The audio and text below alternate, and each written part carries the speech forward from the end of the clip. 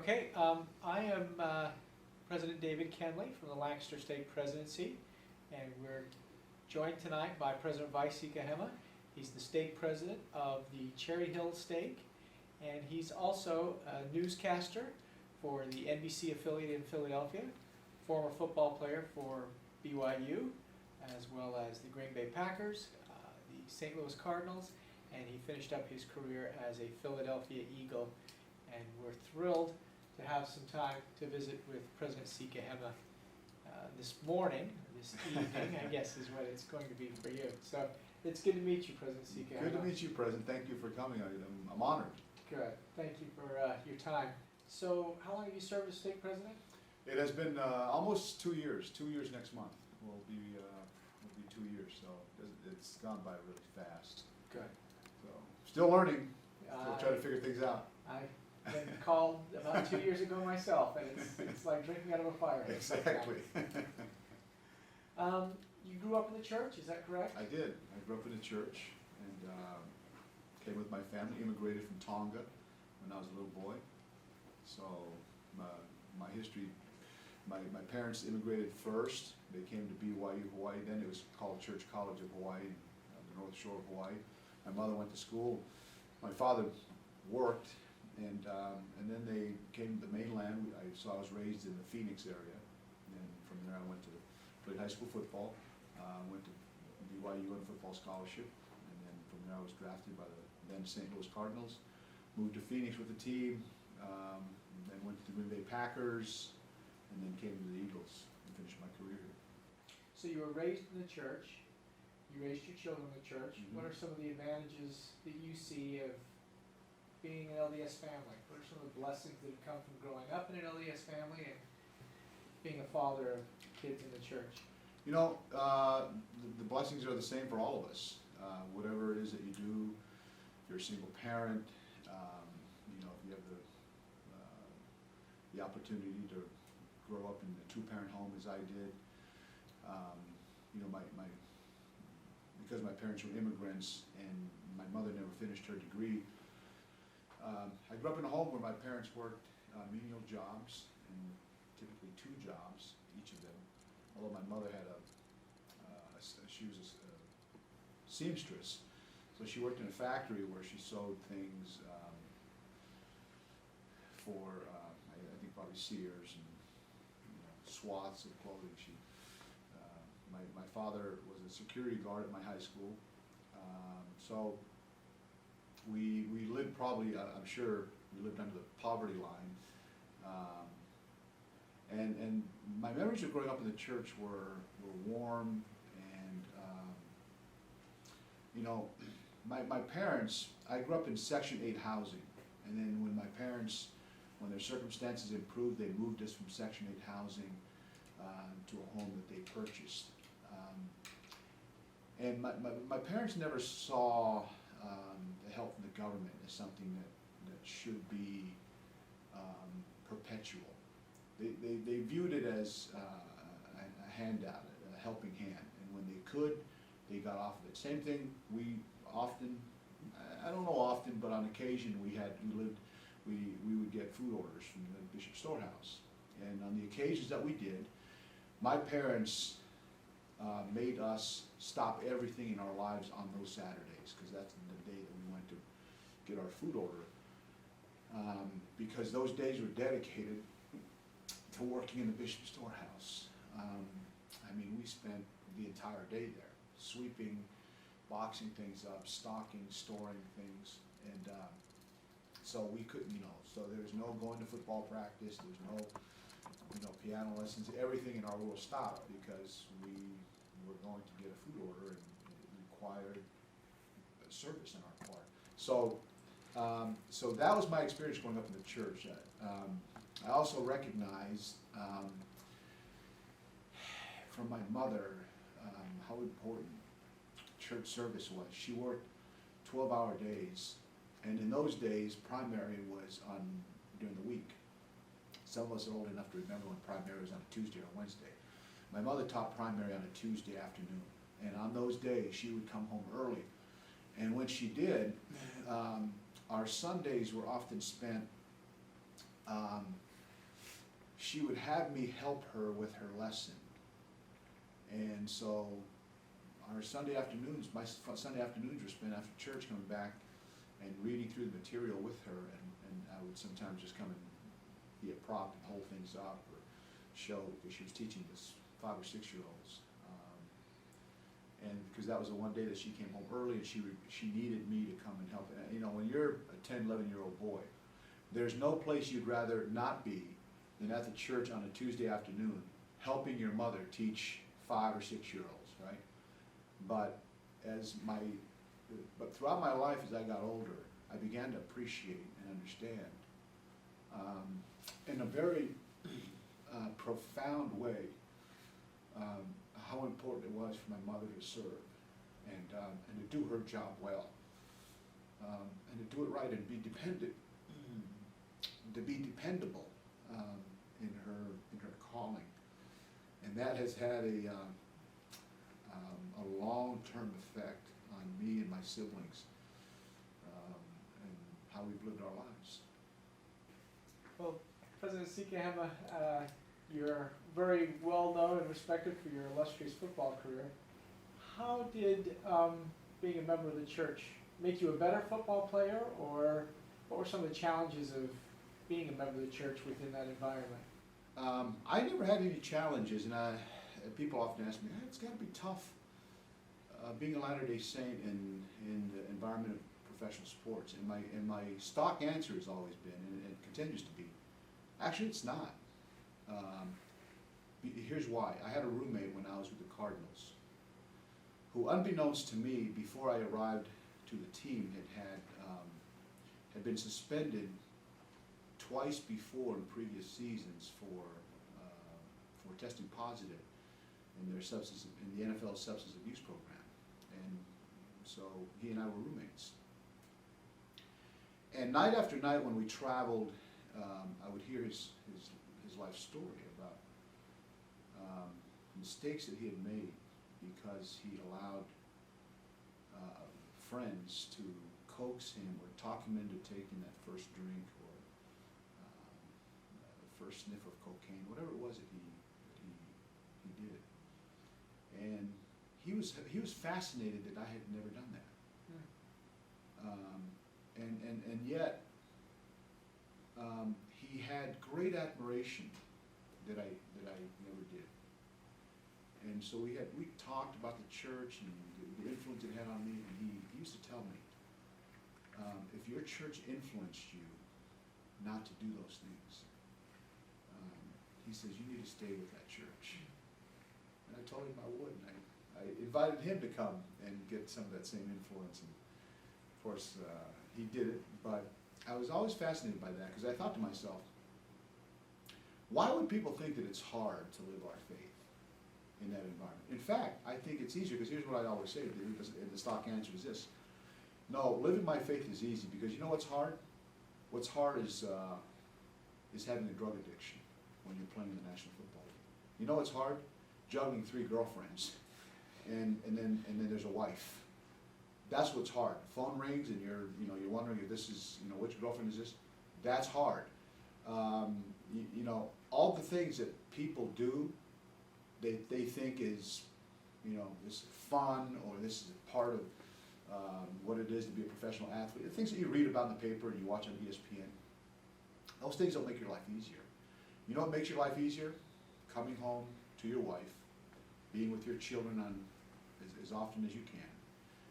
I slept well and I slept hard every single night, because my head would hit the pillow and I'd go right out. I didn't have any worries, I didn't have any concerns, I didn't have any addictions. That made my life immeasurably easier. I think living the life of a Latter-day Saint makes our lives easier. When the Lord says, "Come unto me, and I will, take the yoke off and make your lives, your burdens lighter," that's, I think, what He means. Our lives are much easier now. It's, we all have the same issues that everybody else does. It's not easy. Not easy. It's easier. It's just easier. It's just easier to live the life of a Latter-day Saint, and especially when you live in that environment, where you're young, you're tons of money, there's, people, you're recognized, all those things. It's just easier to be a Latter-day Saint. You've been very much a public face here in Philadelphia and a wonderful representative for the church in your relations with Mayor Nutter and other city officials. Tell us about your experience serving in the community, serving outside the church and interacting with non-members. Well, I think when you served a mission as we have, and a lot of us in the church have served missions, it certainly prepares us, whatever line of work that you're in, to interact with people, elected officials, people in those kinds of positions.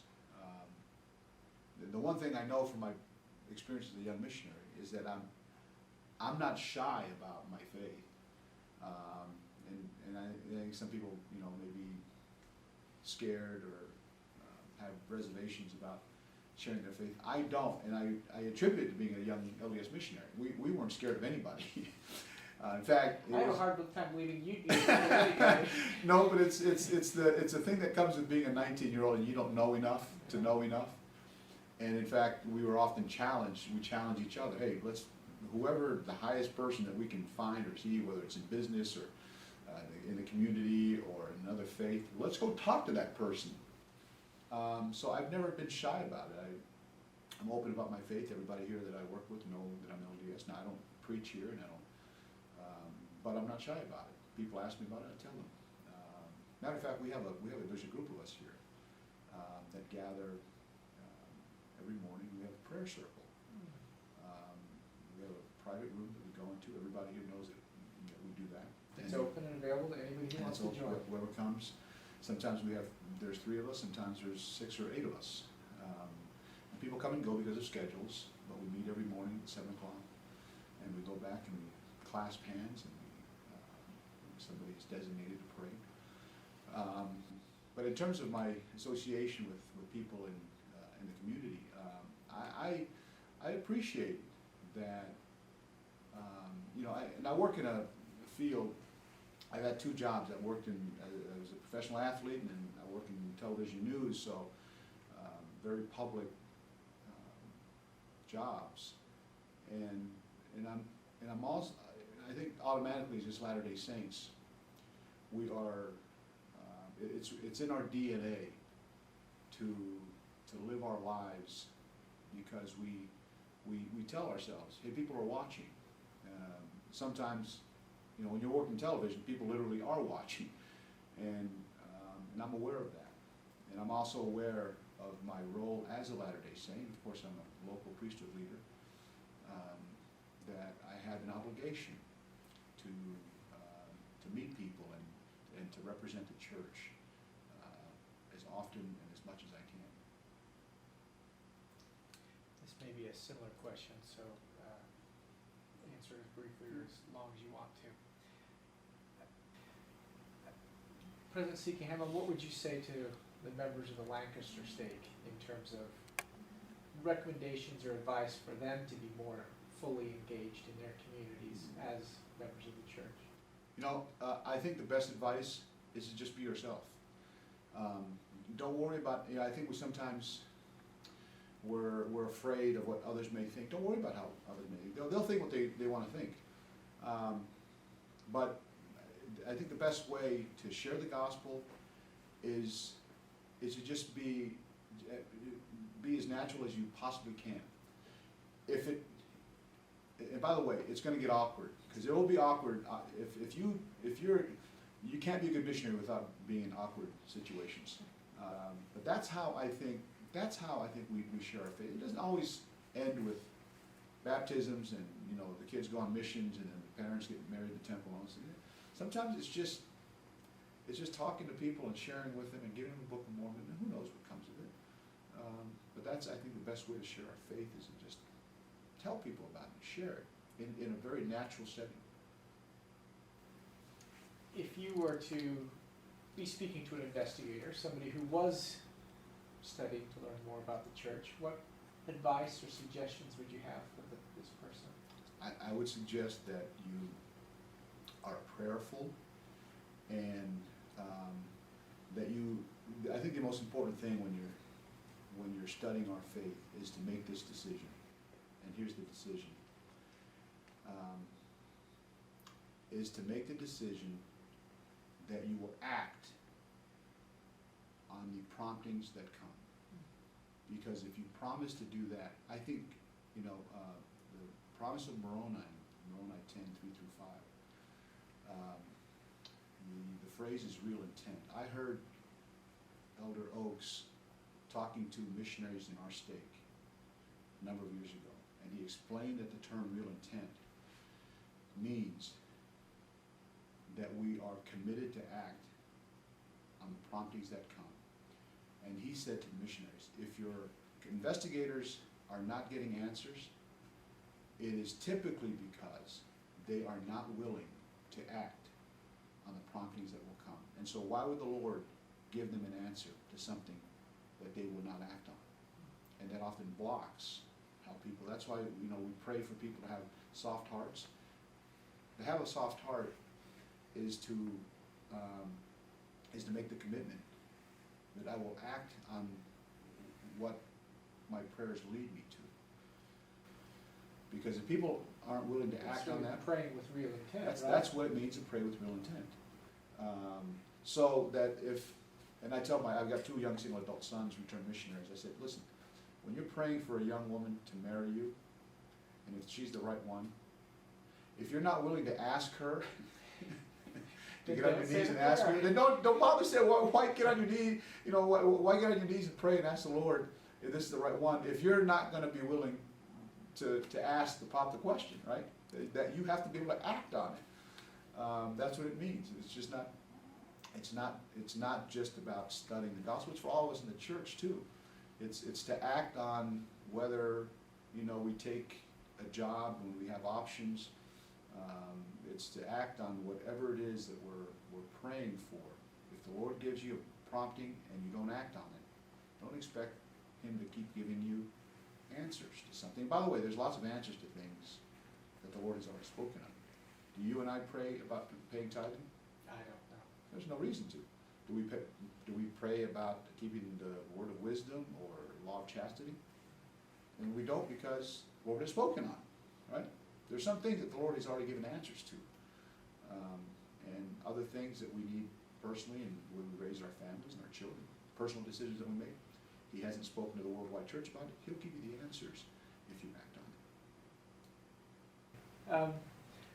What recommendations or what advice would you have for members of the church who may be questioning their own faith or maybe going through periods of doubt and discouragement?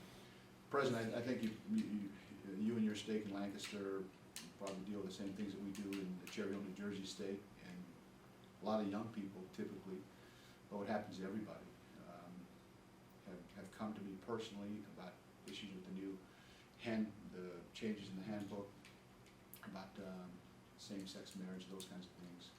And this is what I tell people. I said, I always say, we're not going to get all the information that we need when we need it, when we want it. Things come little by little, here, there, little here, little there, right? Line upon line. Why should you expect that we have all the information, that we know everything? Now, the leaders of the church, I think they know a lot more than we do. If you subtract, the spiritual component from those men, which you can, but if you did, just in intelligence alone, right? They were educated at the finest universities on this planet. Now, you add the spiritual component, now you have men and women who are in the hierarchy of the church who know things that we don't know.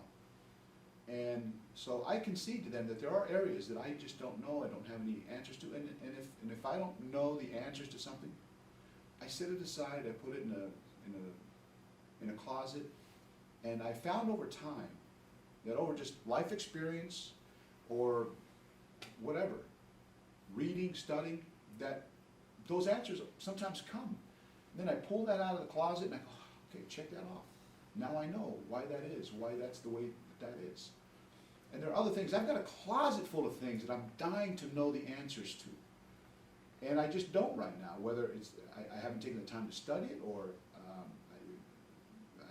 I haven't gotten revelation on it, I haven't spent enough time on my knees over it, or leaders of the church have not spoken on it. But when they do, and when they speak on something, that to me is always an indication, okay, let's take that out of the closet, because they've spoken on that issue. But we do that because we sustain them twice a year. More than that, we do it in our unit conferences. So, if there are things that troubles you, and there always are things that trouble us about, why is that the way that, listen, don't be so concerned about it. Don't let it, ruin your faith. Don't let it ruin your faith. Let it test your faith. But I probably have the faith of my forefathers, who were Polynesians, and they were warriors.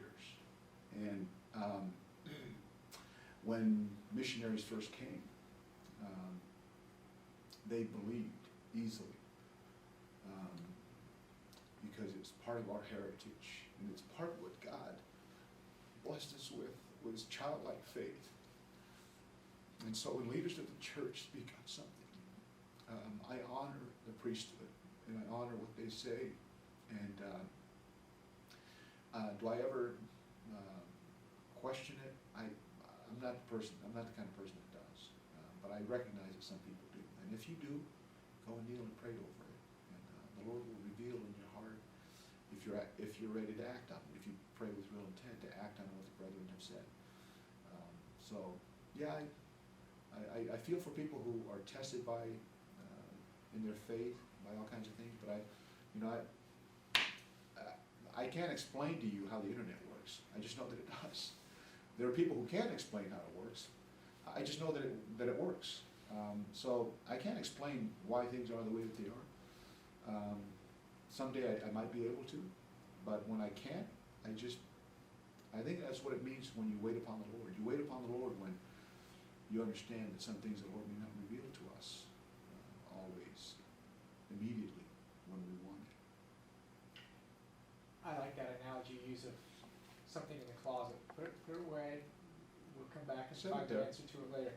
That's really the essence of faith. When your closet is empty, there's no need for faith anymore. Yeah, right. So that's never going to happen in this life, right? That's right. We're Probably always going to happen. have things in our closets. And I've got closets full. I got walk-in closets of stuff that, I wonder about. Did Adam have a belly button? I don't know. I'd like to ask that question. Right now the Lord hasn't told me, hasn't spoken on it, so someday I may ask Adam personally. We'll find out. We are really, in the Lancaster Stake, we're really excited about this new Philadelphia temple. Oh, yeah.